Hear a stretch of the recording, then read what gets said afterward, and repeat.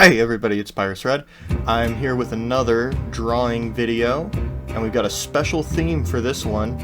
It's July, and for artists like me who have loads of characters we like to play with like action figures and swear we're going to publish a novel someday, that means one thing: art fight. But before we get into what art fight is, I want to take a second to say hi to all the newcomers. If you're here from Director Starwalker's video or from my Archon drawing video, stick around to the end, and I got a bit of a treat related to that campaign.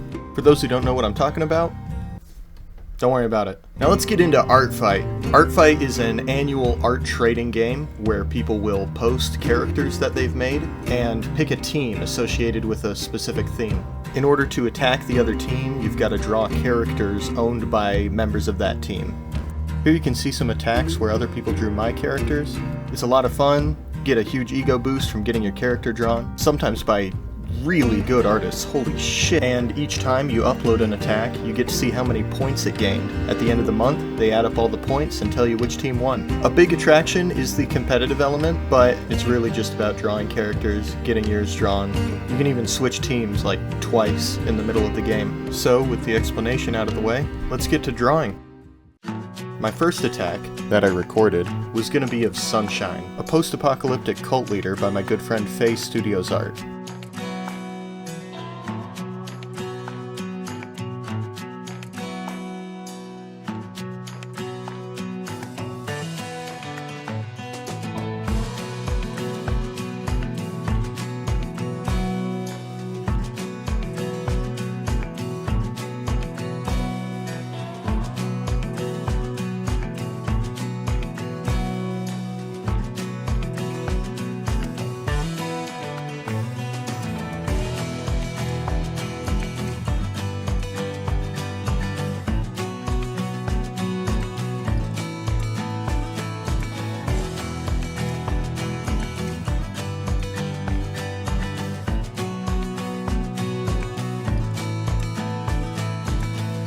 You can see here I made a strategic composition change in order to avoid having to draw those sneakers, to be honest, but also because I felt like he wasn't big enough in the frame. I go on to have a little difficulty with these fingers and spend a ton of time on them, but idly twitching them around and getting them to look right gives me some time to think.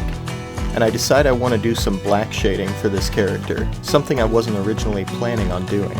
Part of my goal when using black cell shading is to make up for the details lost in the shading by creating contours that can show off the shape of everything. I also try to balance out the visual noise so that no place in the composition draws too much or too little attention to itself. When I first started using black shading, it was in large part inspired by the video game Darkest Dungeon, but also by graphic novels and comic books that included the shading in the line art and just used black ink for it. It creates a really moody, shadowy look, but with a sort of attitude that I thought would be perfect for this piece.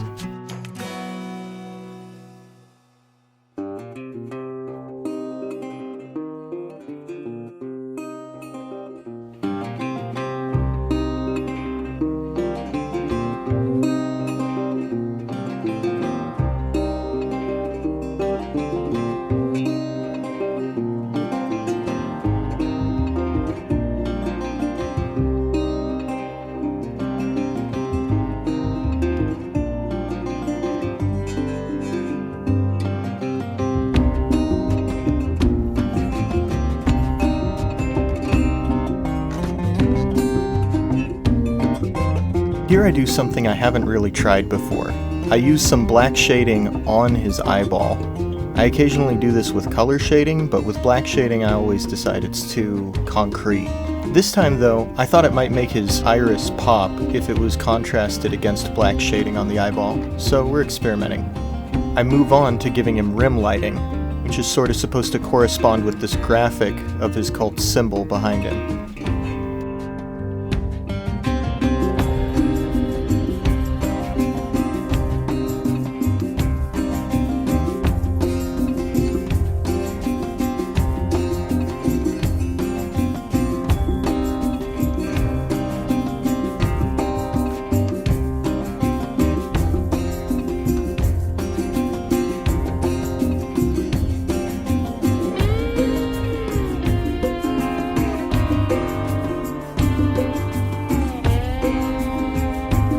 And there we go, my second attack of the year, Sunshine by Face Studios Art.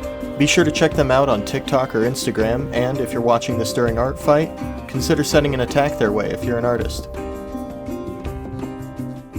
My next attack would be against a random character I found on Art Fight, Mole by Quinn Decker. I've always liked finding random characters from strangers to attack. You can trade art with your friends any time of the year, so I see Art Fight as an opportunity to find something new. So I have this character, Sally, and yes, that's the character I use as my little talking head here. Shout out to the creator, Reset, this is actually my first fan art I ever got. Anyway, Sally's the type who will befriend any weirdo she comes across, so one of my favorite things to do in Art Fight has been to put her in attacks, hanging out with the characters.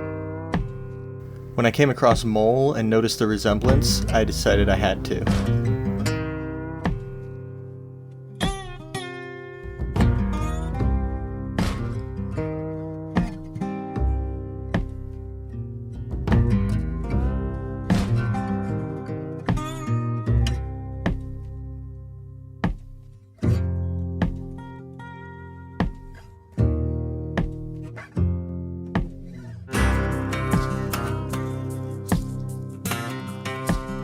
I'm not entirely sure which gas mask this character has, so I don't really have reference for it.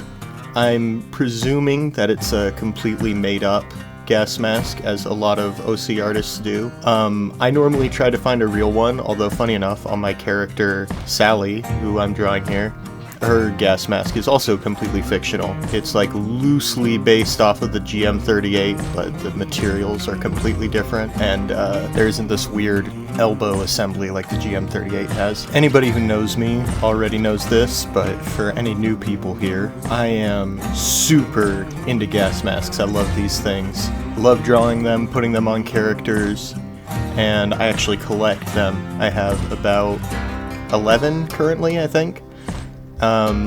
Someday I might do a video showing all that off. I do have some ideas for a gas mask drawing tutorial also, so let me know in the comments if you're interested in that. And actually, while you're in the comments, if you guys have something that you do collect or would like to collect, tell me about it in the comments. I read all of them, and I'd be really interested to know, and it helps me in the algorithm.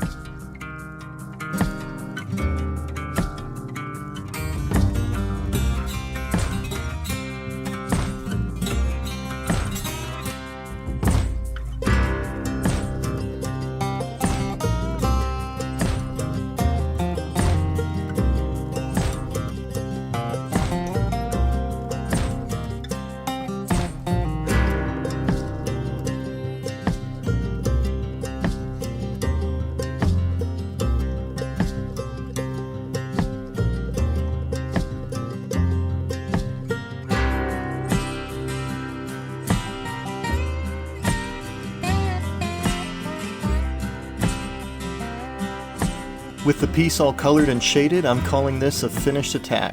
As always, go check out Quinn Decker, the creator of Mole, if they've piqued your interest. They actually hit back with a pretty sick revenge for this one, so stay tuned and I'll show it off after I'm done drawing my attacks.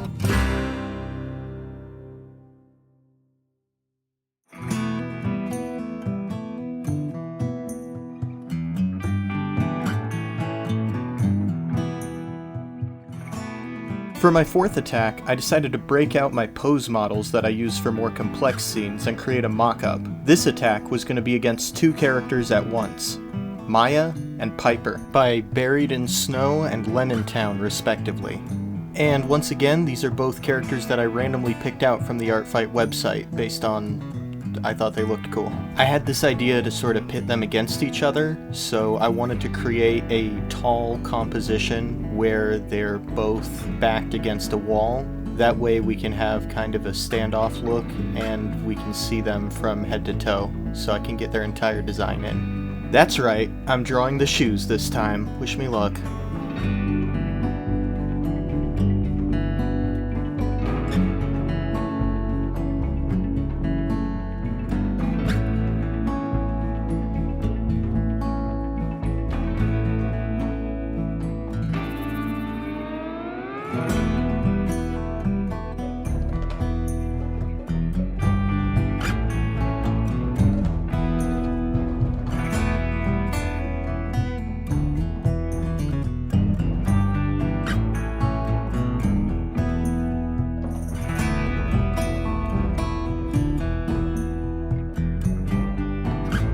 Now I know some of you folks in the audience have to be recognizing the music right now. I've been playing a ton of Rimworld ever since the Odyssey DLC came out. In fact, I have a history of drawing Rimworld characters. For those who don't know, I actually offer 10% off for commissions of them, just FYI. But more importantly, I intend to draw my current cast of characters in a series like I've done before, and if I do that, I am absolutely making a video about that, so you can look forward to that. Back to the drawing, one of the planned features for this picture was I really wanted to expand on Piper's knife scabbard on her thigh, so this is me kind of getting in there and detailing it a little bit. I also wanted to put some consideration into the different pistols that Maya and Piper have, so for Piper right now I'm doing this 1911 sort of variant.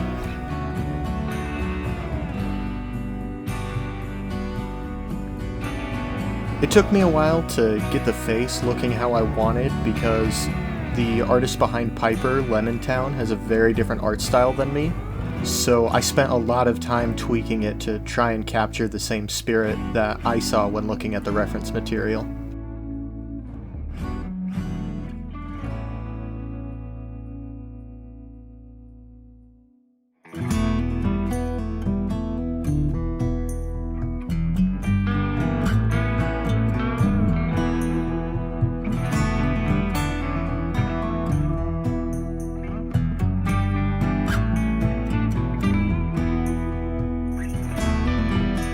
The coloring stage, I think, is where Maya really started to shine in this picture. I absolutely love her design. I think the, belted up Soviet adjacent uniform is super cool looking. And as I had to trace all of these lines back over in order to color them, I sort of started appreciating my line work again and realizing, this is ready to go ahead with.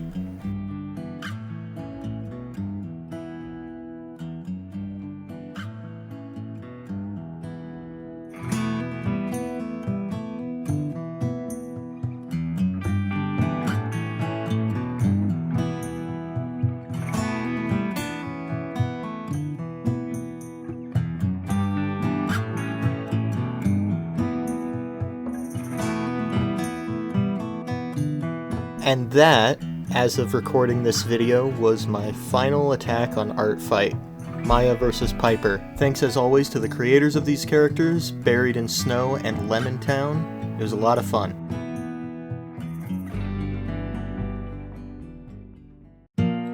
So now here are some of the revenges I got this year. I didn't record my first attack, which was on my buddy Minty Fresh, but here's the revenge I got, featuring Archon. I really, really love this piece and all the detail in it. I'm so happy with it.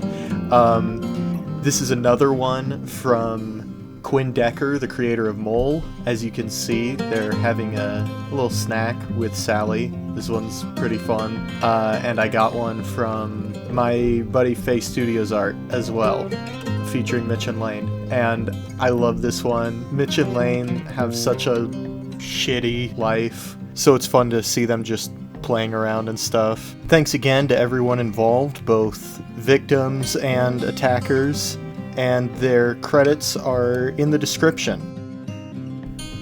Oh, but that's not it. That's not it. Don't worry, guys, that's not it. Like I said earlier, I have some stuff related to that campaign that I'm doing with my friends. I noticed in the comments of Director Starwalker's video that there were a lot of people who didn't see my drawings of the NPCs from the campaign, so I just wanted to share those real fast. All of these were drawn blind. I never saw the actual canon in-game appearances of any of these characters. I mean, for most of the campaign, I didn't even know it was based on a game. So I made a point not to look them up when I started drawing them. But this was kind of how they looked in my mind's eye. So there you go. And now what you've been waiting for. I did some doodles of the characters from the second part of our campaign, which has not had a video made on it yet, so you guys are getting some exclusive stuff. We got some secondary characters, me and Kangaroo, And so this is me just drawing them up, basing it off of just pose maniacs like I did with Archon, not quite going into as much detail. This first one is my secondary character, Creek, as in the noise. She's a kind of stealthy, inventory character who can travel through pits, and I've kind of flavored that as her always being in like the air vents and maintenance tunnels wherever she's at. She's kind of a like feral human that's just lived in the cracks of ships her whole life. She's like 4 foot something, and she talks kind of like this most of the time. I love her. She's irreplaceable. If she dies, I'm killing director Starwalker.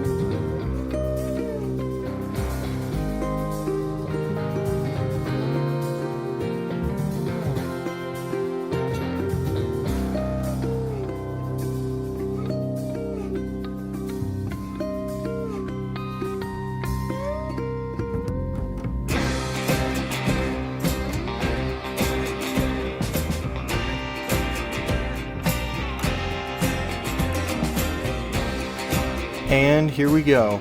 Good old Creek. Before I drew this, I had a vague idea for her shape, but I hadn't worked out the details at all, so it was pretty fun to make the backpack straps and the symbol on her shoulder and all that. The big helmet was a huge part of her design even before I'd fully visualized it, and I'm really happy with how that turned out. Now for my last picture of the day, I'm going to be doing Kangaroo's secondary character, Baron Von Weird. This dude's a robot with a sword hand, and he's pretty cool. He's a pretty cool guy.